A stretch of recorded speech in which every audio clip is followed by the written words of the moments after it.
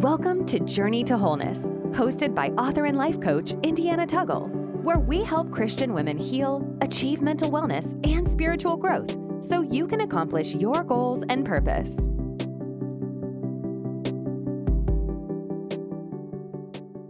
Hello, everyone, and welcome to Journey to Wholeness. I am your host, Indiana Tuggle, and tonight I have with me Shae Pratcher, and Shae is an award-winning author, trauma, life recovery, and relationship coach, and the founder of Showering Seeds of Growth Life Coaching.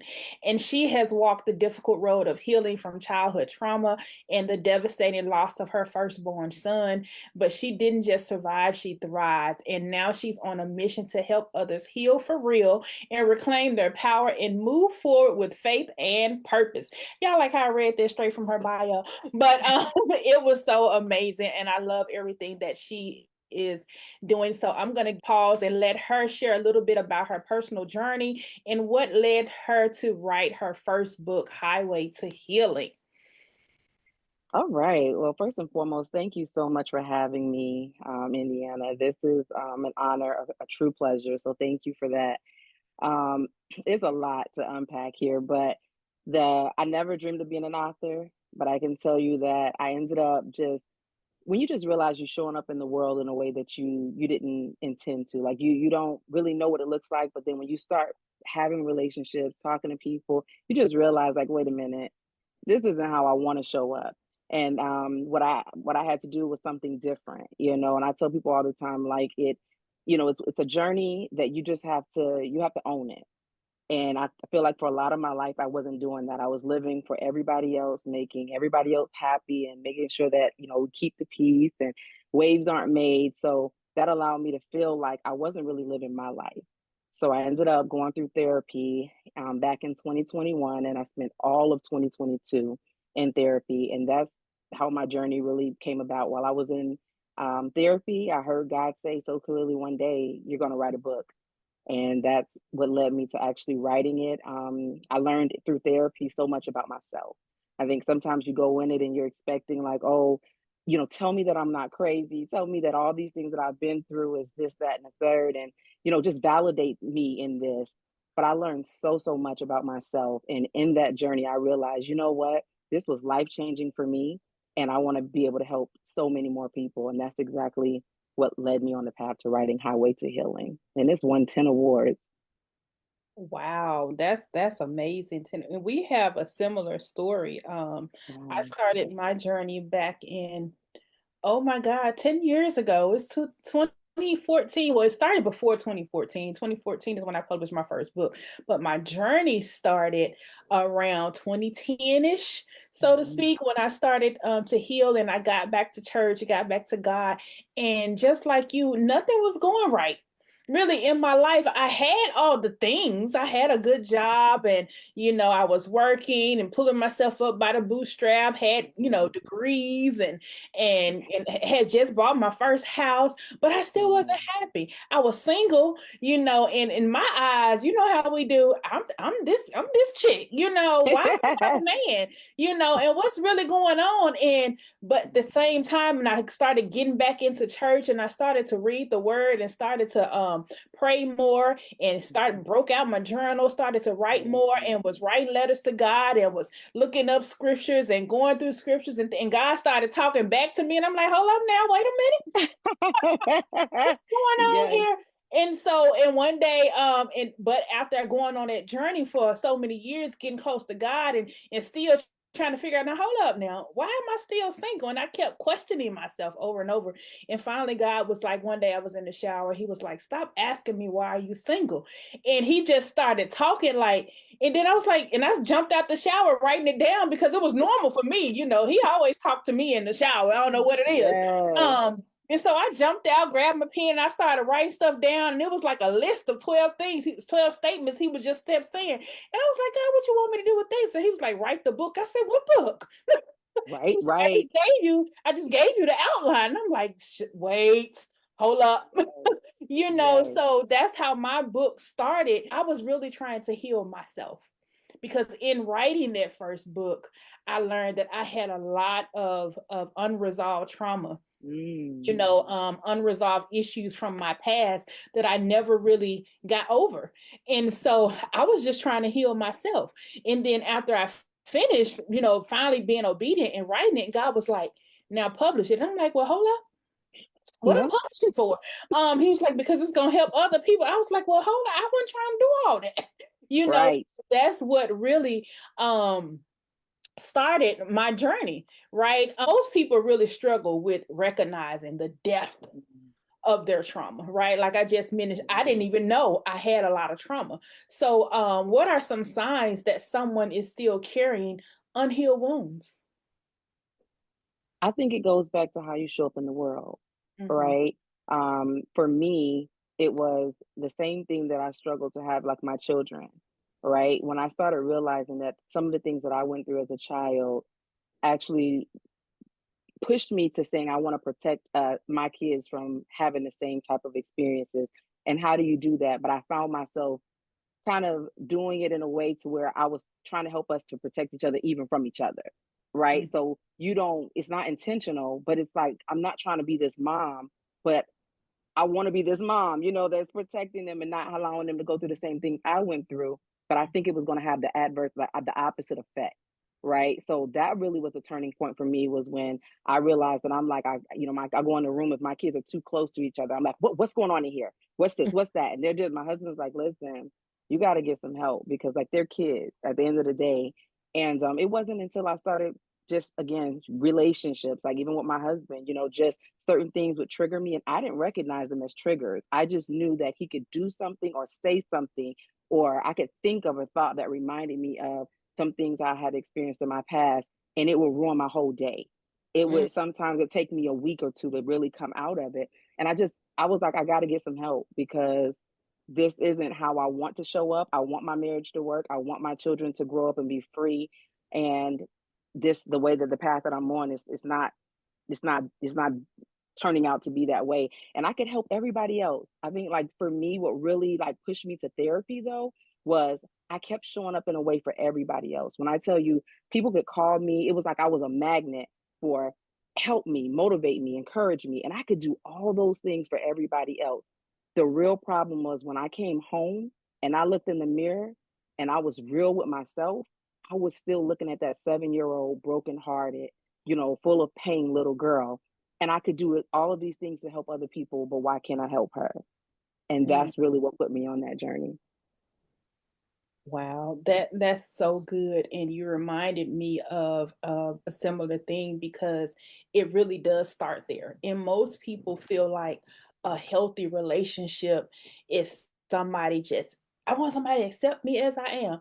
Well, no, a healthy relationship is a mirror. It really is going to shine a light on you, Yes. on who you are. And if you run from it, you'll end up sabotaging that relationship, and for me, it was something it was very similar, as I started to get into relationships and started to peel back the onion. And I remember in particular one relationship that I ended back in 2012, and it was because we were having an argument. And all of a sudden we was having an argument because he was about to go out of town and I didn't want him to leave, and I found myself sitting on the end of the bed crying and yelling, please don't leave me. And at that moment when those words came out my mouth, it was like I had an out of body experience. I'm like, Indiana, why Wow. is you telling this Negro that you really not really feeling like that, really? And he's not all that, you know what I'm saying? And why are you sitting up here Yeah. arguing with this man, telling him not to leave you? And at that moment, it clicked that I was really had abandonment issues. It didn't have Yes. nothing to do with him, and Yes. it was just him. He was just the person, the figure at that moment Yes. that I was seeing as just like everybody else. He's leaving me, Mm-hmm. and I'm going to be Absolutely. alone again, and so Mm. that is what really pushed me into, okay, I need to go into more depth of this healing journey. And like you, I started going to therapy too at that same time, at least searching for one, trying Yes. so that I can help peel back that onion and figure out what is it that's going on with me that not only made me pick the unhealthy relationships, but made me stay too long. Yes. Because I had some stuff in the past where that I stayed long past the expiration date. Long past True. the expiration date. I knew it was over, but yet I still stayed much longer than I should have. And for that, that was the one thing that really kept me in my shell for a long time, and it started to impact your self-worth, your daily life, how you show up, like you mentioned, how you show up for others. And I was one of those people, they say that whatever you do for others is what you're really lacking, Yeah. I feel that sometimes. So what does real healing look like beyond Mm, just coping with trauma? yes. So this is a good one. I love this question. So it's going to look different for everybody, right? The one thing that I learned in therapy was that when you start to uncomplicate things, as people, we have a tendency to overcomplicate things as far as setting boundaries. That's the big one, right? We feel that setting boundaries is selfish, right? You have to train, it's a mindset thing. So I had to learn how to say it's not selfish, it's me being selfless, it's me being able to realize that these are the things that's hindering me from moving forward, right? So boundaries is the first part, right? So in setting those, it kind of goes to, you can't just establish the boundaries though, you have to also enforce them. And then on top of enforcing, you have to establish. So I teach this as I call them the 3 E's, because you can't have one without the other. It's a package deal. Sometimes people will say, "Oh, this is my line in the sand. I won't do this," but you'll make those exceptions because this is my mom, or this is my brother, or this is my spouse. You have to learn that different boundaries are going to look different for different people, but you got to be able to stand on those in order to embrace them and expect other people to respect them. You have to do that. The second thing I will say is understanding that everybody has a right to choose, and that's hard. But the only way to like stop overcomplicating things is to realize that we all have a right to choose. I don't have to like your choice. I don't have to agree with your choice, right? But I need to respect the choice that you made, because if that's what works for you and it doesn't work for me, guess what? I also have a right to choose. So that's what changed my path, honestly. Like just realizing that you don't have to keep taking just what the world is giving you and what people are giving you. We do that and we put ourselves in those uncompromising situations, but you're not able to take care of yourself as long as you continue to kind of just go with the punches or go in the wind. You have to learn how to show up for you, and that looks different for everybody. For me, it's the peace, it's the joy. If I understand that every choice that I make have consequences, and as long as I can live with the consequences of those choices, nothing else matters, because no matter who likes it, who agrees, who doesn't, I can live with them. That's not something that I understood before, but understanding that uncomplicates a lot of things. If it disturbs my peace or my joy, I don't want no parts in it. It's simple. Girl, we so that's my number one line, baby. If you disturbing my peace or my joy or my sleep, you got to go, because Going. I'm not doing it. I'm not missing no sleep. I'm not missing no meal. And I'm not missing my quiet time with me. So and since you brought it up, you brought up boundaries before we got to it, but since you brought it up, when it comes to boundaries, it's like a buzzword now. You got to have boundaries, set boundaries, do this and do that. But I think a lot of people don't really understand what boundaries are. They think that they're rules, and boundaries really are not rules to control somebody else. You can't control other people. True. God gave us power and dominion over everything on the earth except for each other, right? That's right. Because you cannot control humans, but Yep. boundaries are really to govern you. There Yes. are rules in place that govern you. And for me, most of my boundaries are about speaking up and speaking Yes. out when somebody is hurting me, expressing what my expectations, what I want, what I desire, and like you said, and standing on it and putting Yes. things in place that you need to take care of you. One of my boundaries is my phone going do not disturb. That's From me. Yep. 10 p.m. to 10 a.m. My phone is on Yes. do not disturb. It's so that I can, to get my downtime, cut off the computers and all of that, and bring some peace so I can get some rest, and spend time doing whatever I want to do, read a book. And then when I get up in the morning, I can spend time with the Lord, get me a good shower, get me some breakfast, have my quiet time, my meditation, whatever I want before I get to the day started. Because if I don't, it's not going to be a good day. So I have that in place, and people are like, well, what if somebody trying to call me? It can wait after 10. That's right. I have T-Mobile put that fave 5. I have some people in my favorites list where if they call me more than once on my do not disturb, the call will come through. And it's not too many people on that list, right? So you can get to me, but I still have to respect me. And it's for me. And if you don't, and my number one thing is, if you don't respect my boundaries, then you don't respect me. So you don't deserve to be in my presence, and I'm only gonna tell you once. The second time is deuces. So people have to really understand that it is about you. It's not about the other people. And like you said, people do have a choice. They have a choice to whether or not they want to follow or adhere to your boundaries. They can do that. And there's no hard feelings. I still love you with the love of the Lord. But I'm gonna love you from afar. Okay. That's right. Especially if this is something that's important to me, right? So you have to be able to prioritize those boundaries, to say which ones are you going to be a little lenient. And by lenient, I mean give people time to adjust and grow, because change.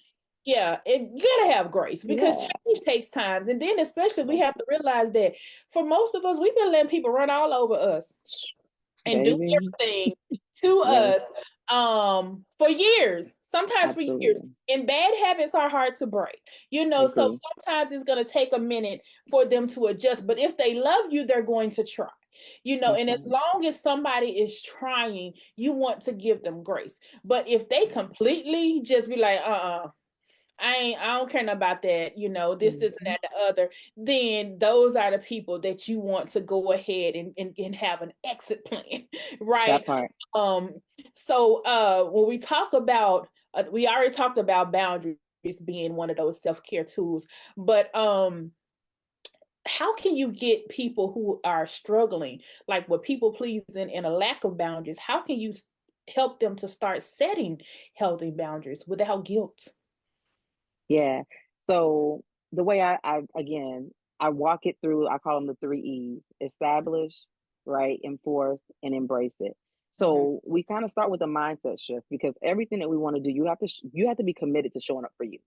So if your mind is not made up that you want to do that, the conversation that you and I can have, we can talk all day, every day, until you are ready to show up for you, it won't work. So we start there. Are you really ready to show up for you? And then understanding what you want. Because one of the most powerful things that I learned in therapy was, he asked me one day, well, I understand this happened to you and this was this choice that was made, but what does Shae want? It blew my mind. It sounds so crazy and so simple, but it was life-changing for me. And all I could do was cry, because I didn't even know. No one had ever asked me what I wanted. And so that's one of the powerful things that I do when I'm helping people to get on this, right? Well, what do you want? And when they start really unpacking those things, then we can start making, okay, so if these are the things that you want, what are the deal breakers? If no matter who it is, if this, and this, what are those top 3 things look like for you? We establish those things, and then for different aspects of your life, personal, professional, with your spouse, with your children, and we just have to slow, because it's a lot to take in. Like, have to do the hard work. That's what I call it. It's not hard work, but it takes a lot of hard work. And people will say, I want something different. Yeah, help me to do it. I can want it for you, but I can't get it for you. Right? So you got to want it enough to say, you know what, I'm willing to do the hard work that's associated with this. So that's how you kind of have to ease them into it. But it's a step, it's a process for everything. And if you go through the process the right way, you can help lead people there. Because then at some point in that process, they'll get to the point where they can write the list, but it's like, oh, well, I don't know, because if it's my mom, nope. Oh, if it's my dad, nope. Remember, you said this was a deal breaker. So no matter who it is, you have to be willing to stand on boundaries. And I tell them, stand on boundaries. You talk about standing on business all the time. Stand on boundaries and business, because it's the only way for you to take care of yourself, truly. So yeah. And then without guilt, it's basically I help them to understand other people, the right to choose. They Mm-hmm. have a right to choose if they want to adhere, respect them or not. That's not your problem. You're just like you said earlier, we can't control other people. We only have control over us. So for me, what that looks like is if this is important to me and my family and what I have going on, that's what matters to me. Rather, you can understand it or relate to it or any of that. That's not a me problem. That's a you problem. And you need to take that and internalize it and handle it. But I'm not going to take that on. And I've done that all my life. So I'm Mm-hmm. at a point now where I'm not settling on that. That's a non-negotiable. So teaching people how to, again, change your mind. A lot of this stuff is how we were brought up. Staying in this mindset of it is what it is, fake it till you make it. None of that is healthy in real life. None of it is healthy. So you have to unteach yourself those bad habits and ways of thinking. Absolutely. Unteach and then reteach the Yes. new habits and the new people that you encounter with. And what I've always told people is you will never regret standing up for yourself. Absolutely never. And then sometimes we have to stop confusing guilt with grief. Because when you stand up for yourself, there is going to be some losses. You're going to lose some people along the way.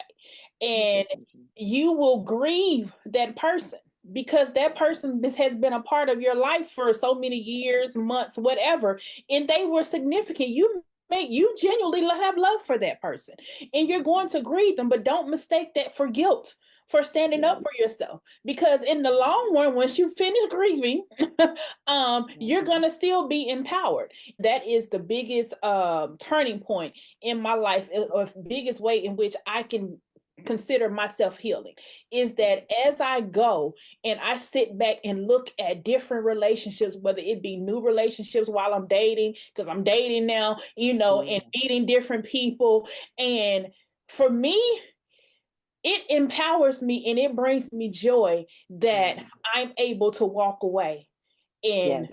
2 weeks, 2 months, 3 months. Once I see a red flag shifting or brewing or waving like that, I'm out. Especially if now I might not go out immediately. I might be like, you know Yeah. what? Hey, I know this such and such and such and such. And it Mm-hmm. depends on how they respond. I'm out. Yeah. And to me, that brings me joy. That shows my growth because Yes. old Indiana would have just swept it under the rug. Oh, they Yeah. didn't mean it. You know, Yeah. um, they didn't mean it that way, or they weren't trying to hurt me. I'm overthinking this. I'm over exaggerating. I would have 50 million excuses for somebody, and I don't even know them from a can of paint.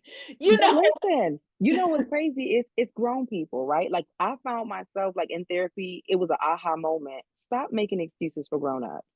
You Mhm. understand what I'm saying? Like people make choices and do what's best for them all the time. All I the should time. have that same right. And so you said something powerful. Like the hardest part of the journey for me has been having to pivot on purpose. This Mhm. is a relationship that I've had for a very long time. I love it. But when God shows me, listen, daughter, it's time to move on. I have this assignment over here. And there are certain people that you trauma bond to a certain extent. And what I've learned is once I went through the hard work and I did everything that I needed to do to hashtag heal for real, I lost some people along the way because we no longer had that trauma bond, that thing that was holding us together, that thing that we could relate to, that thing that kept us coming back together, even when we would have, those little rough moments.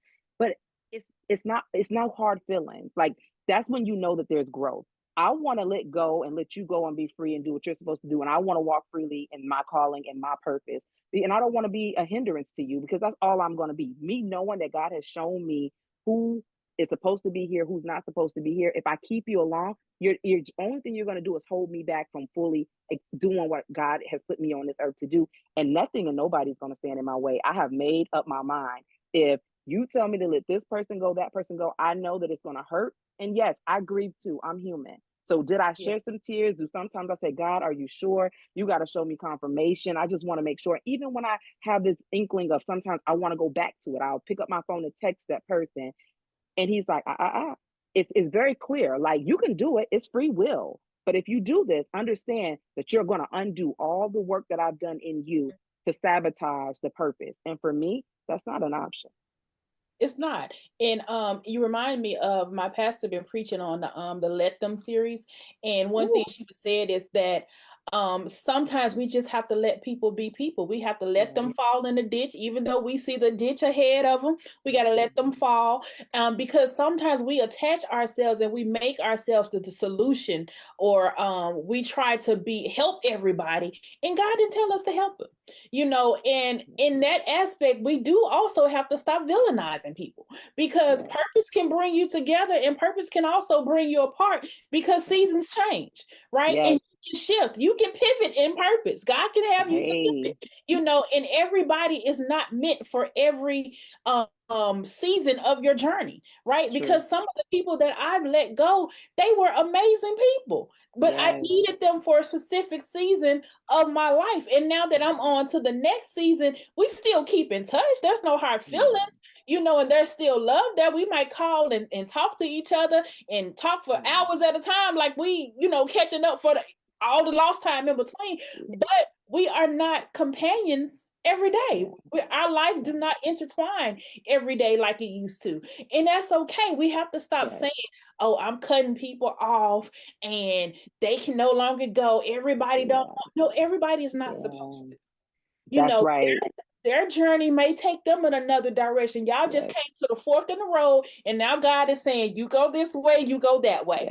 And wish them luck, wish them well, keep praying for them.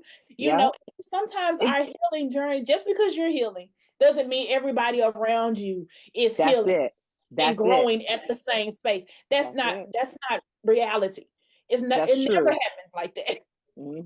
And that's the hard part, right? It's because even in my marriage, like, I realized that was a thing. Once I started healing and doing the hard work, I feel better as a person, right? But then there are some things, again, that even we have trauma bonded over. So there are certain things like he'll talk about that bothers him. And the old me, the unhealed version of me, will be like, yeah, I know. And now I'm just very clear. Like, I'm like, oh, well, no, I don't want to go and I don't want to participate. And he's like, what? Like, you can just say no. Yes, it's a complete sentence. I don't owe anybody anything, because it's going to interrupt my peace, disturb my joy. And I'm just in a season where that's not an option. And it's crazy because, again, people will look at you like, oh, you think you're better? Listen to me and hear me good. If that's how you interpret it, that's a you thing. But I'm not going to let you guilt me into doing something that I know is going to take me 10 steps back. I worked hard to get where I'm at. And to protect my peace and joy, baby, that is on me.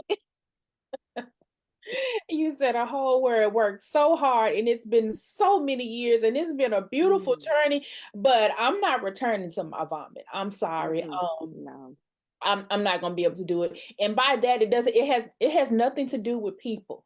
It's just that past state of mind, that past state of insecurities, of lack of confidence, of low self-esteem, of allowing any and everybody in my space. All you had to do was smile at me. And I was like, come on in, have a seat. You want me to get you something to eat? That was me. But now it's like, no, I protect this space. And I got questions now before you come in here. You got to be fully vetted before you come into Indiana's world now. And so now I want to talk about self-care strategies, right? So what are some practical self-care strategies that trauma survivors, or just anybody who's feeling stuck, can begin to implement? I think it goes back to really understanding what you need as a person. So being intentional about showing up for you. So for me in my personal life, like, I will be like, oh, I want to go get my nails done. That's something I enjoy doing, right? And this is just a little small example. But as far as like me being intentional, every 3 weeks, this is what I'm going to go do. So me and my husband, we had that conversation. The old me, it will be like, well, I won't make the appointment. I'll just go today and then see where we are in 3 weeks. And then if it's not a good time for you, then I won't go. But I'm here with my family, my kids, all day, every day. You understand what I'm saying? They're virtual, so I work from home. So I never get a break. For me, that's my peace, right? Like, it's a real thing to be overstimulated, right? So making sure that you recognize what you need. That's another thing. We're very open. If I'm overstimulated, before I would feel so bad and guilty, like, well, I'm a mom, I struggle to have kids. And now that I have these kids, I feel like I shouldn't even be allowed to say I'm overstimulated and I need a moment to myself. But it's not selfish. If I'm not at my best, right? If I don't have what I need, it cannot overflow. And I don't know what people we talking about. You could just keep pouring from, you cannot pour from an empty cup. You cannot pour, like when you are not at your best, you cannot overflow into anybody else. If I can't take care of me, I can't take care of you guys. I'm not able to show up as my best, most authentic self. So I'm intentional about prioritizing what I need. Now, that doesn't mean every weekend I'm out here just doing whatever, but every 3 weeks, it's on the calendar. And before I leave that nail tech to hold me accountable, I make my next appointment, right? That's one thing. When it comes to work, right? I'm a workaholic. I've been like this my whole life, but I have my do not disturb on because there was like a lot of calls flowing into the midnight hours. And there's this thing. If I see a ping come up on my thing, even if they say, don't worry about answering it tonight, I feel obligated. I have my do not disturb on. Therefore, I'm not tempted. I'm not, pulled in a way to make me feel like I have to stop, drop everything I'm doing and stop being in the moment with my family to go and tend to this thing that could wait until Monday, right? Um, and so what it really boils down to is it looks different for everybody. So what I will say is just be intentional about sitting down with yourself.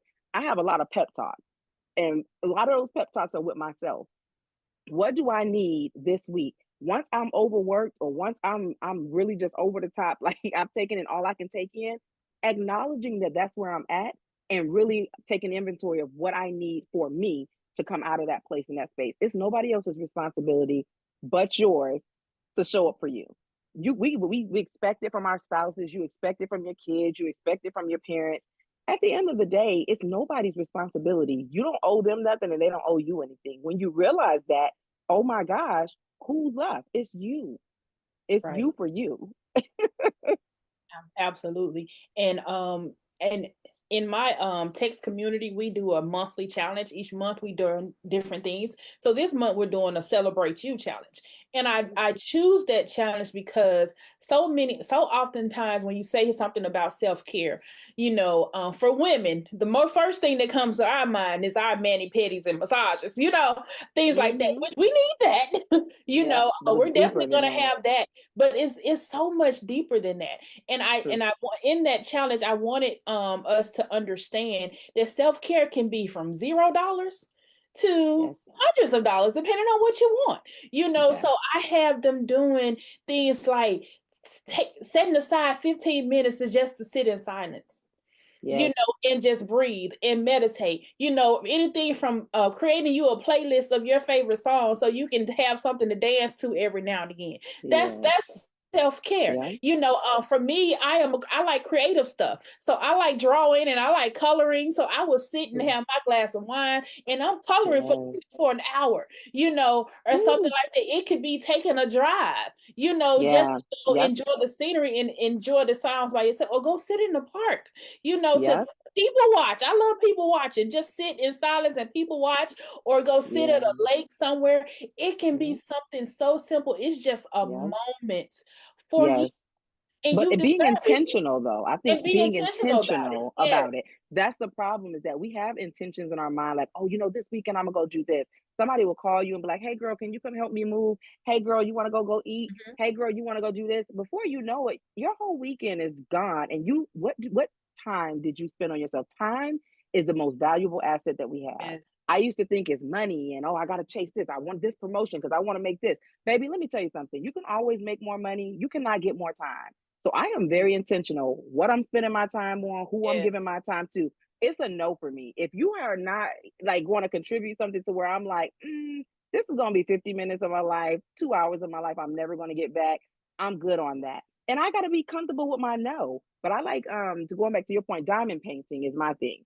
So Mhm. it's so tedious, but it literally, I have to focus so much that it won't allow me to roam and think about work or all the projects that I have going on and all the different hats that I wear. And I found that I can do it with my daughter. Gardening. We have a nonprofit, me and my husband. Uh-huh. We do that. So like those are some things that I'm intentional about. But at the same time, again, it's different for everybody. I like taking baths with like the candles lit and just closing the door, Yes. locking it, nobody come in until I come out.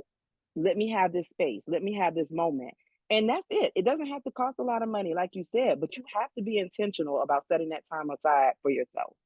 Listen, even doing nothing is self-care. You Yes. know, I love to on a Saturday morning when I don't have nothing to do and I get to sleep late and I can just lay there and just stare at the ceiling and not have to move.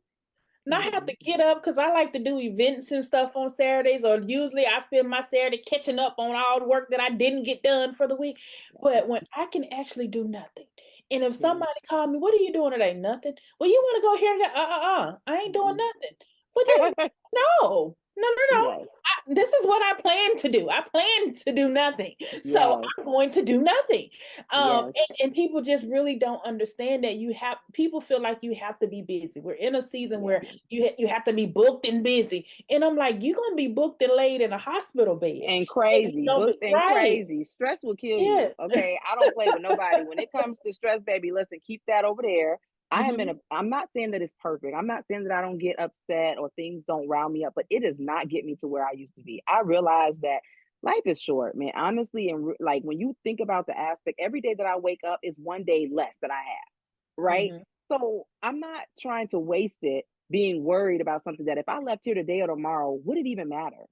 That's Right. the kind of conversations and pep talks that I have with myself. You are worried about this thing that's happening next week. But if you were not even to get to that day next week, what difference would it make?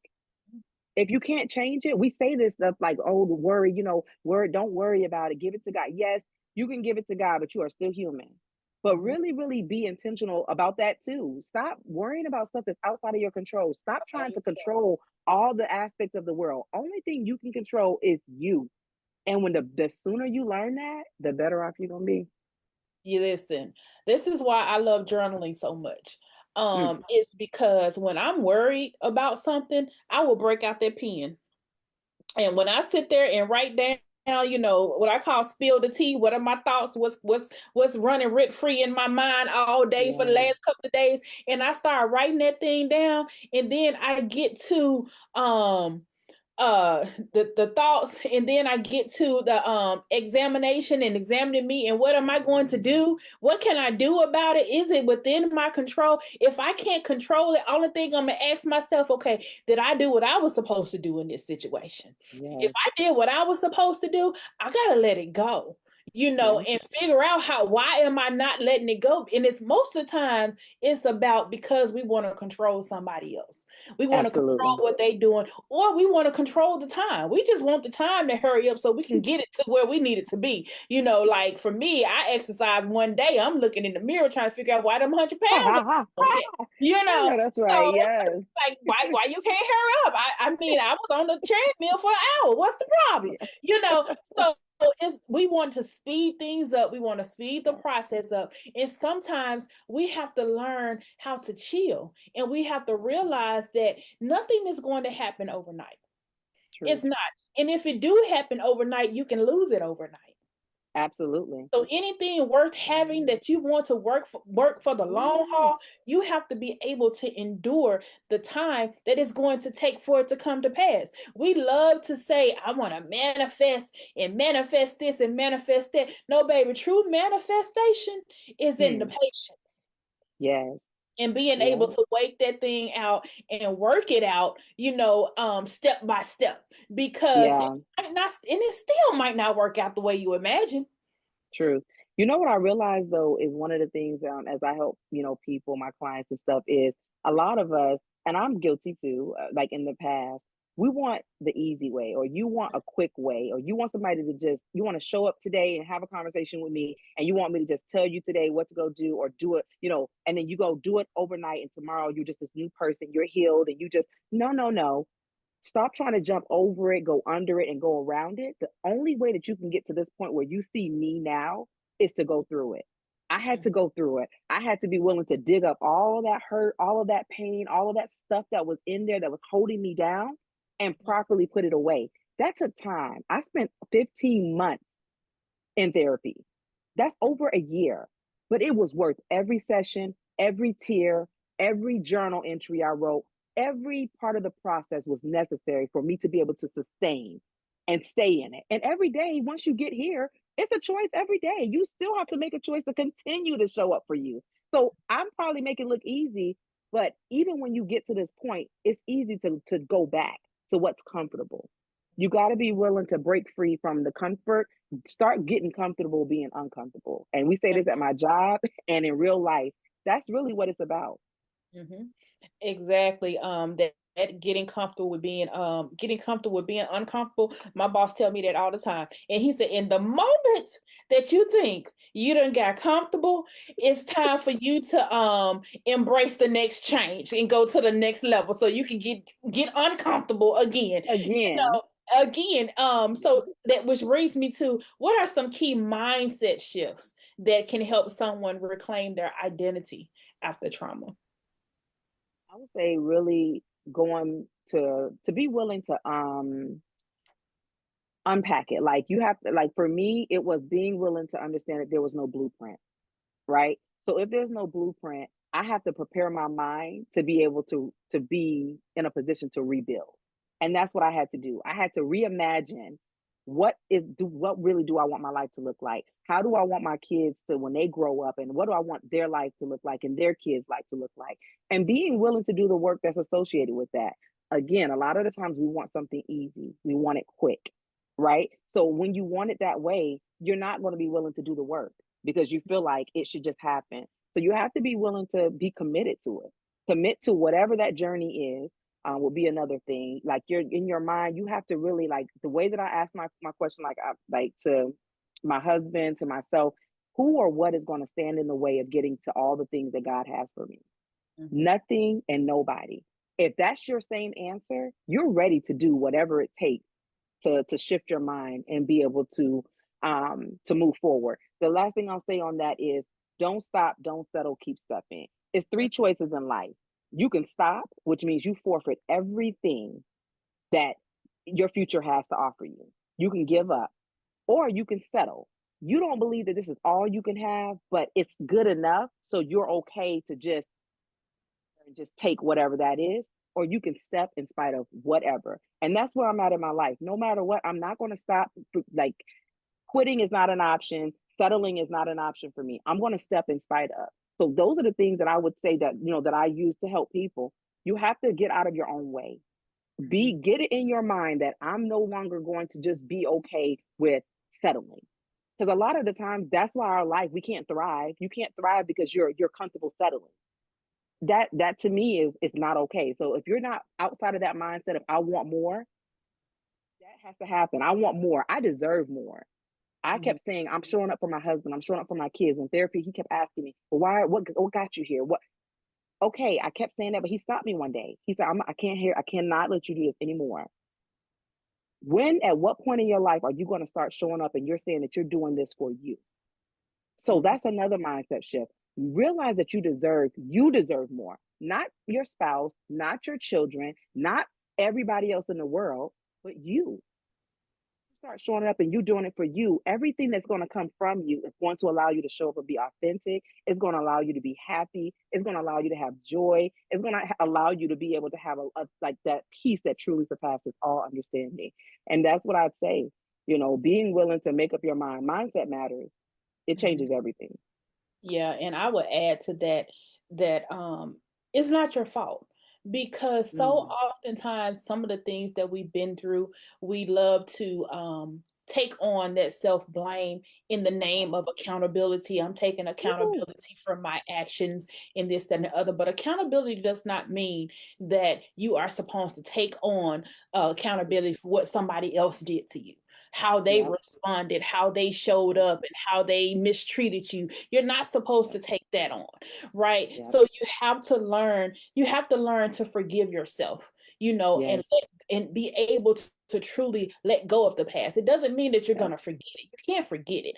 God forbid, unless you have an illness or something like that, but you can't forget it. But you have to realize that you can either use it and allow it to keep you stuck in the past, or you can allow it to push you forward, right? And if you allow it to push you forward, you also have to, like you just said, recognize that you are worth the wait. And you deserve the more that you're waiting for, right? And really truly understanding that it's going to take time. Because for me, I had to realize that because of the trauma that I had been through, I needed baby steps. You know, we want, you know, and I'm a woman of faith. I want God to give me steps 1 through 10. Hey, tell me steps 1 through 10 of what I got to do so I can do it and I can know each step by step. But what I realized when he gave me 1 through 10, I got overwhelmed and I got somewhere and sat down. God, you're not talking to Yes. me. I'm not finna do all of that, you know. So I sabotage and I went hid. So what I've learned is, you know what, Indiana, you have to be spoon fed because your trauma is not going to allow you to embrace so much at one time. I would love to, you know, I told my therapist the other day, I would love to say I'm a great multitasker.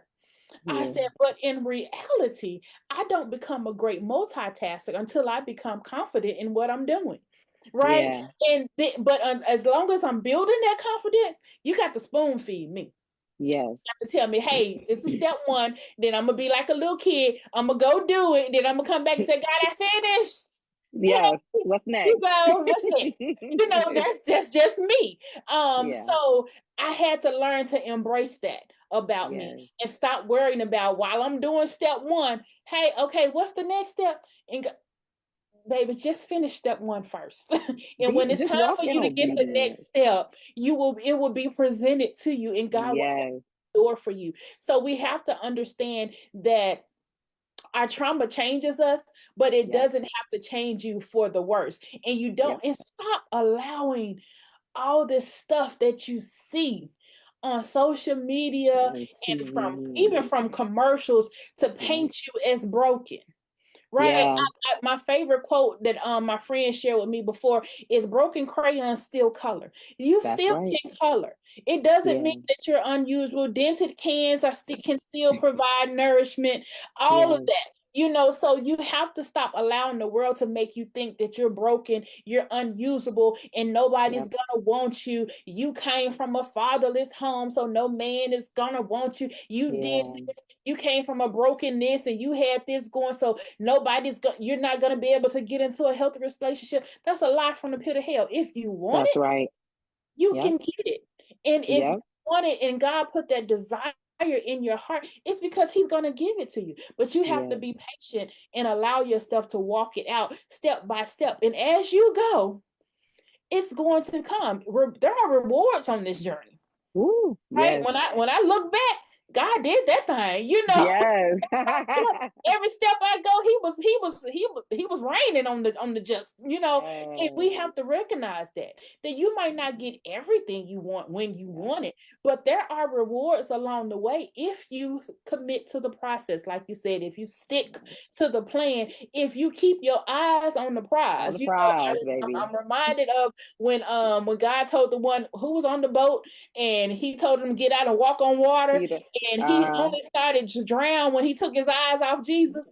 Don't take your eyes off Jesus. Don't take your eyes off the prize.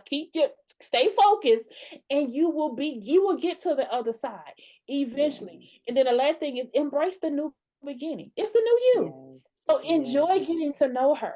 Enjoy figuring out her likes and her dislikes. You know, enjoy the beauty for ashes that you want. You have to enjoy it because it's gonna shock you. I still be shocking me sometimes. You know, and it's going to shock you, and you have to embrace that. You know, and enjoy that, and be okay, like we mentioned before, be okay with meeting new people because the new people is going to bring new people. So you have to be okay with that, and all this no new friends stuff, that's a lie too. Look, I've been guilty. I done said it, but you do need to embrace new seasons, new opportunities, right? Like that's the thing. Like walking in obedience has blessed me on a whole nother, like, I thought like when I published the book 2023, oh, no year can trump this. I mean, like awards were coming in. I was going to galas and like it was crazy. I was on the NYC, you know, the big screen in New York City, and I was like, 2024 can't trump this. 2024 blew my mind. Put me in rooms with people, BPs and CEOs, and I mean, it just blew my mind even more. And now I'm like, okay, so come on, 2025. You know, but I wake up every single day, and this is what I will tell people. I wake up every single day expecting God to show out. I wake up expecting. I command my day that no matter what happens today, I have it under control because God has me. And no matter what opportunity comes up to whatever it is, I know that I'm going to make it through it. If he bring me to it, he's going to bring me through it. I believe that. And at one point I didn't. I can't say that I've always been like, when I went through a lot of different things in my life, I was like, but why does it seem like all the bad things happen to the good people? But you know what he told me? He saves this stuff for us because he knows we can bear it. And he knows he sees us in today. He saw the little 7-year-old brokenhearted me today. He Mhm. saw me in this newness. He saw me with this peace. He saw me being able to write this book and be a blessing to so many people. He saw me being able to launch this coaching business where I'm able to show up in a way for people that I wish people would have shown up for me. He's allowing me to do that, but he's allowing me to do it in a healed state. You're Mhm. not out here bleeding on people, Mm. right? And that part was hard. Even when I was giving the best parts of me that I thought to people, I was doing it from a broken cup. I was doing it from a broken place.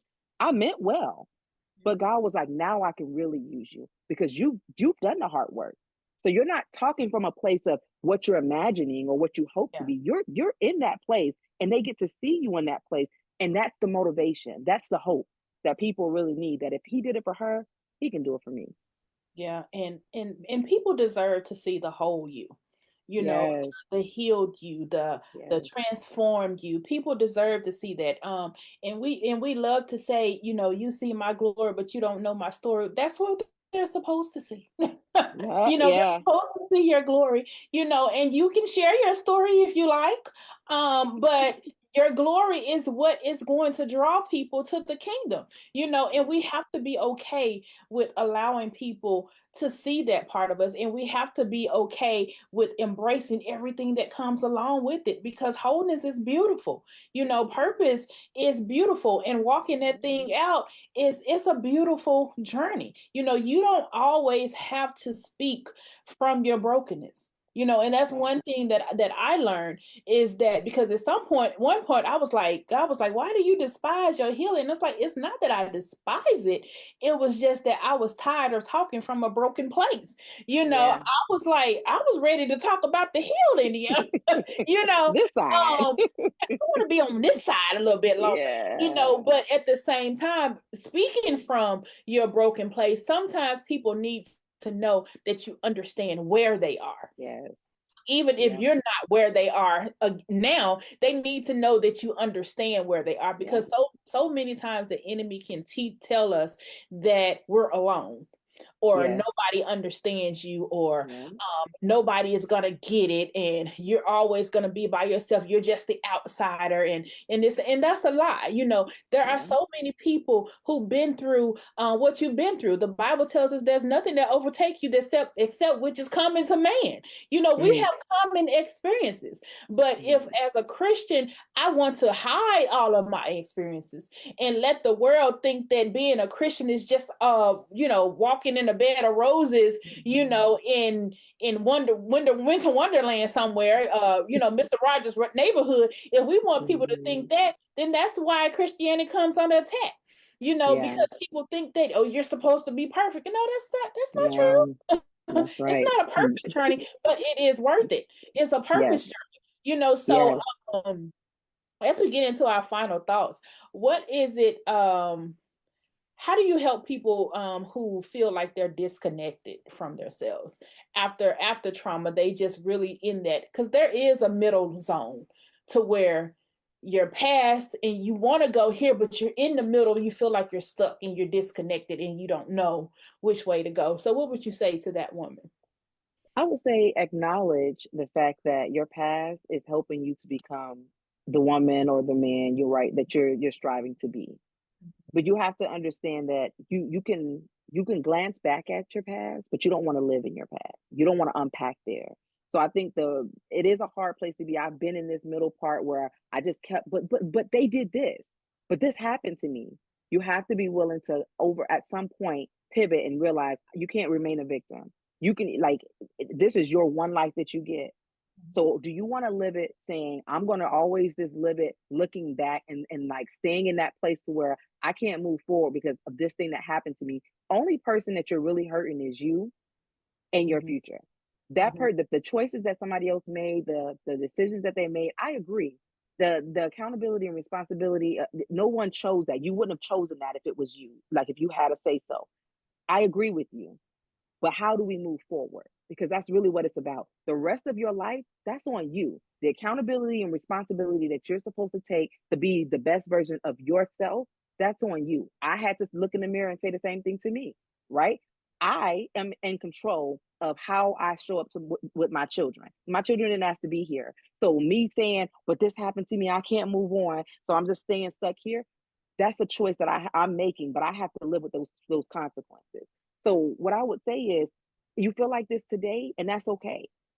But what does tomorrow look like? Because when you can envision tomorrow, when you can see, I really want to be happy, I want to have joy, I want to be able to have a family, and I don't want this trigger to ruin me or to always keep, feeling like it keeps showing up. It's going to. Even now, I'm still triggered. The difference is I've learned how to navigate it. I recognize it for what it is, and I'm able to properly put it away, and it does not have the same impact on me that it used to have. You can have that same thing, but sometimes we have to get out of our own way. The past is the past. I don't want you to forget it. I don't want you to act like it didn't happen, but I want you to acknowledge it, and then let's figure out a path on how to move forward. And that looks different for everybody, as well. It does. And I would say, I would add to that, when you're feeling disconnected, it's time to form a new connection. And by that, Mm, sometimes you have to embrace that journey of self-discovery, yeah, and sometimes you feel stuck because you're so far from who you are that you yeah, don't really know who she is. So you have yeah, to go on this journey. And generally, I start the journey with um just embracing new things and being able to try new things, yeah, or sometimes it's getting back, as one of my friends who may be still watching, she would say, get back to the little girl in you. What are some things yeah, that you enjoy doing? Go do those again. you know um embrace, trying new activities. What are some things that you've always wanted to try? What type of class that you always want to try? Embrace some new learning. What are some yeah, personal development that you want to do? What is something you've always wanted to learn? Redevelop some skills. If there yeah, are healthy relationships in your life, how can you spend more time with those people, to yeah, soak up their wisdom, and once you begin to nourish your circle and nourish you, you'll begin to feel less disconnected because you are now forming the new you, or yeah, embracing the part of you that got buried in the trauma, yeah. And because sometimes you can't even get out of that space because of your circle. yeah, Right? Like sometimes we again, that trauma bond, right? So what I had to commit to in therapy, what one of the things that he told me was, okay, so you realize that you've learned how to operate normally and function in dysfunction. And when he said it, it was like, what? But yes. So I had to commit to not driving over to my parents' house, not being in that environment while I was in therapy, to really be able to make my own decisions, really be able to dig in deep and figure out, is this healthy for me? Is it healthy for my kids? What happened to me? It's real. This is the truth. But what does the future look like, right? In order to do that, you have to be willing to remove yourself from that environment. So that's one thing that you just say, and that's hard to do when this is what you've known all your life. When this is what, like, this is that thing, like going against the grain is what, especially when you're used to sweeping it under the rug and you're used to doing all these things. You have to be willing to say, I'm willing to do whatever it takes.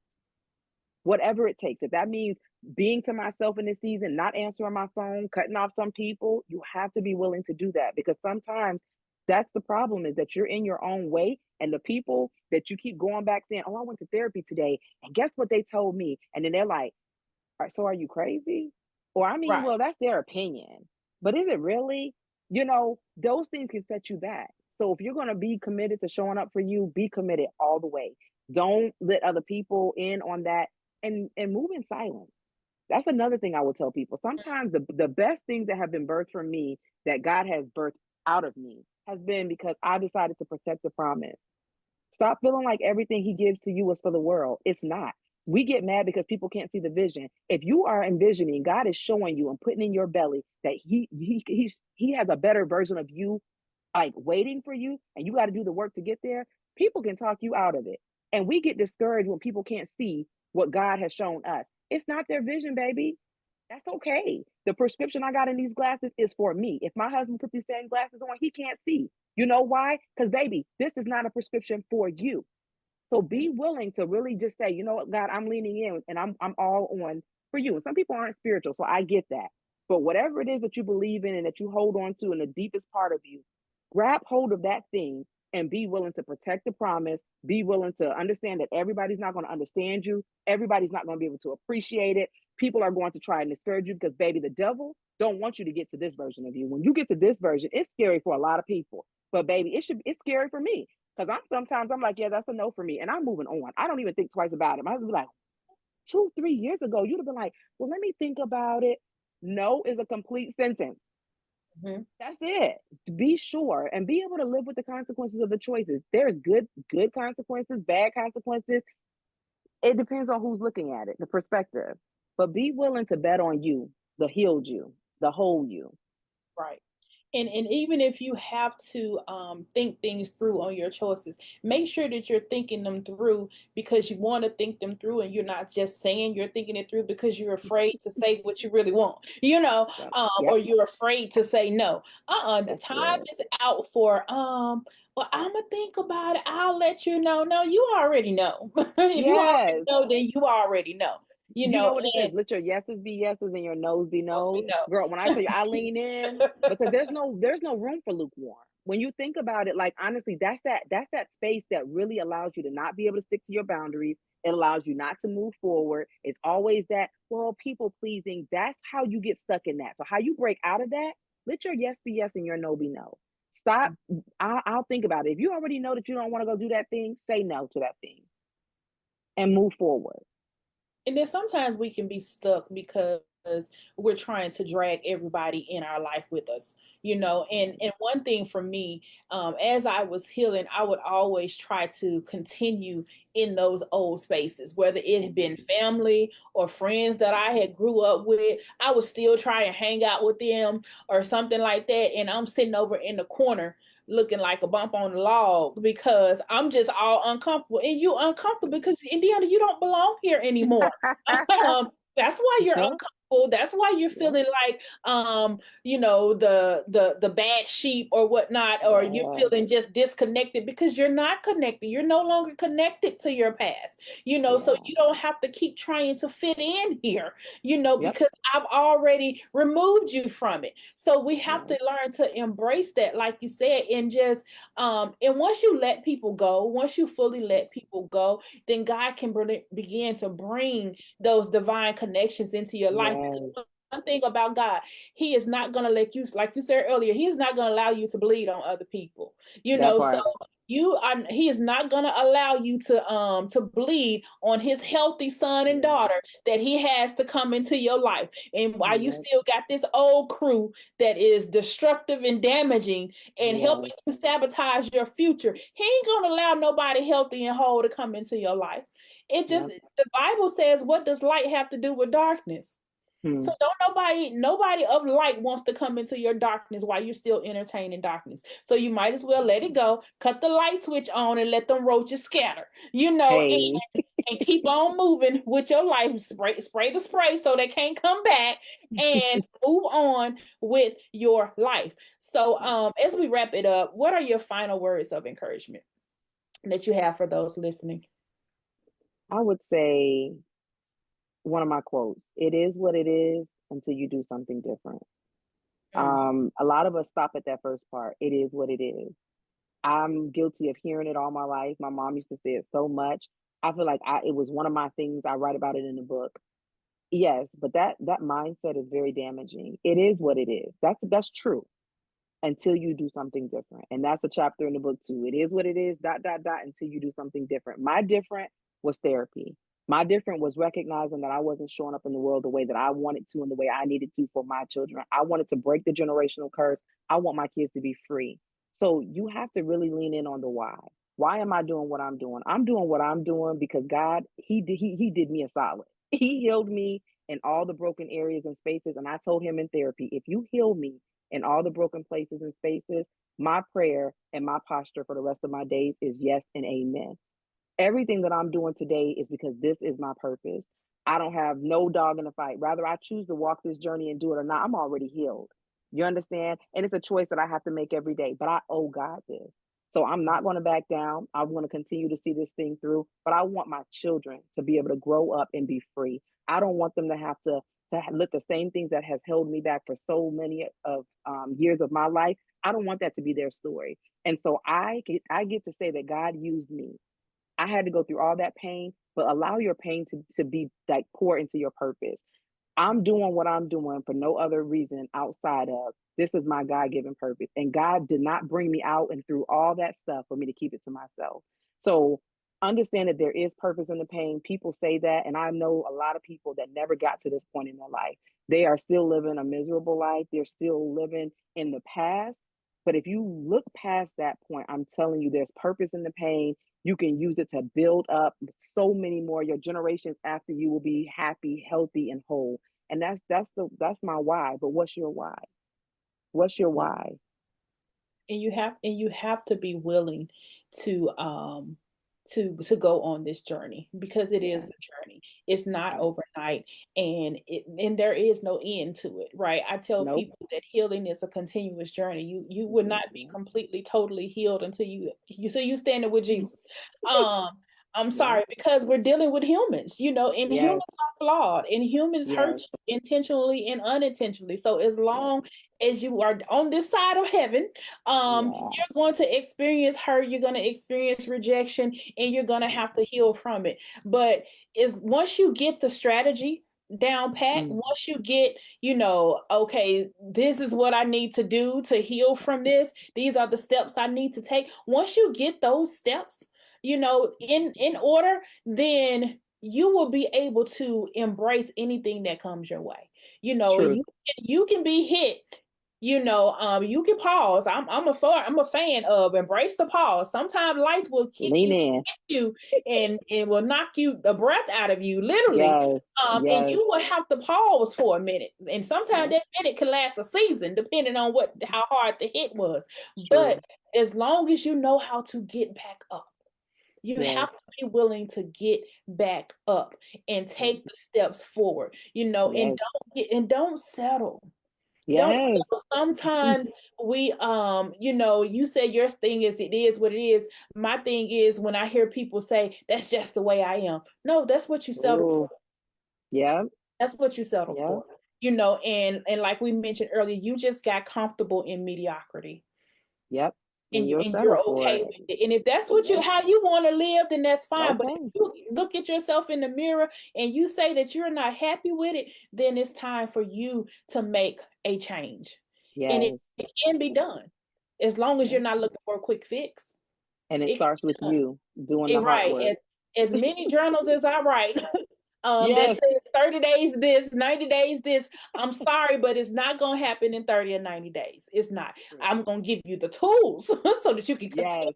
but you're not going to be whole in 30 to 90 days. I wish I could tell you that, but I've been on this journey for 12, 14 years now, and Yes. I'm still learning. Each step in purpose, walking in purpose is so, my God, it's so, Yes. because everything that you didn't heal in your healing season, you're going to have to heal it in purpose, because purpose is going to bring out some more stuff, Yep.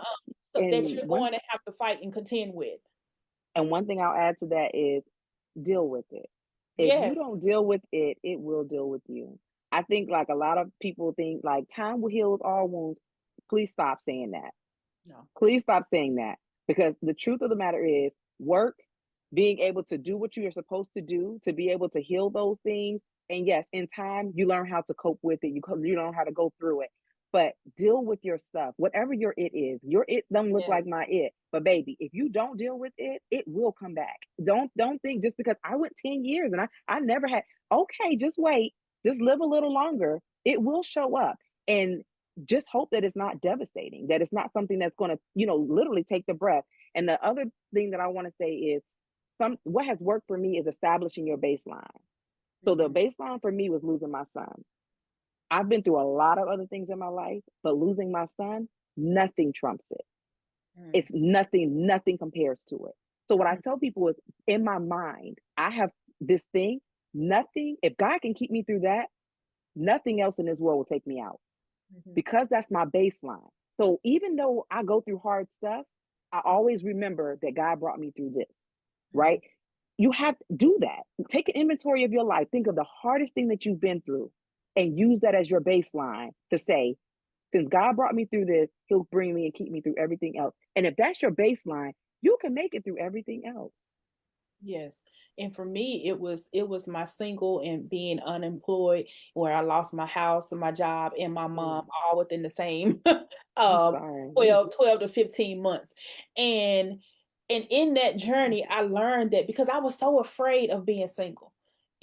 Because being by myself, I don't have any kids, don't have any husband. So I had this huge fear of dying alone. And I'm like, why do you have this fear? But when I went through that and I saw how God kept me, how God Yes. provided for me, how he was my Yes.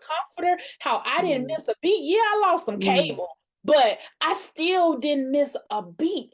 And God Wow. really showed me how he was my protector and my provider, and that he will continue to keep me, and he will continue to bring people in my presence that was there to bless me and didn't mean me any harm, and that he would help me to rise up behind the ashes. And now if I look back, people, I can't even tell you if that period really happened. It really happened, but God brought me through this thing. So now you can't, if God don't do nothing else, Baby, I owe him my life.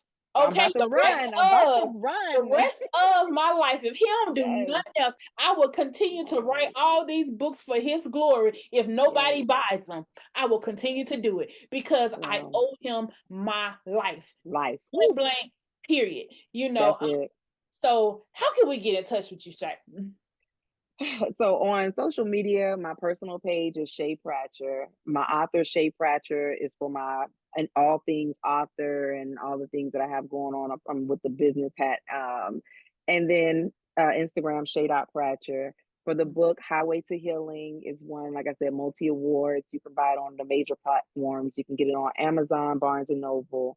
But yeah, I would love to connect with people, love to help you. I have a website for my coaching business. It's www.showeringseedsofgrowth.com. Well, thank you so much, Shae. This was such a fun conversation, and I hope the people that are listening took away some of those nuggets we shared, because this was truly amazing. So thank you, guys, and good night. Good night. Thank you so much for Yeah. having me. You have been listening to Journey to Wholeness, brought to you by Indie Writes, a spiritual growth and development company that helps you write your way to success and wholeness in every area of your life. We specialize in books and journals that promote mental wellness and Christian growth. Our journals provide inspirational articles, motivational quotes, biblical guidance, writing prompts to release your feelings, fears, and thoughts, as well as strategies for success to tackle your goals and pursue your purpose. Visit our website and join our mailing list at www.indiewrites.com to learn more.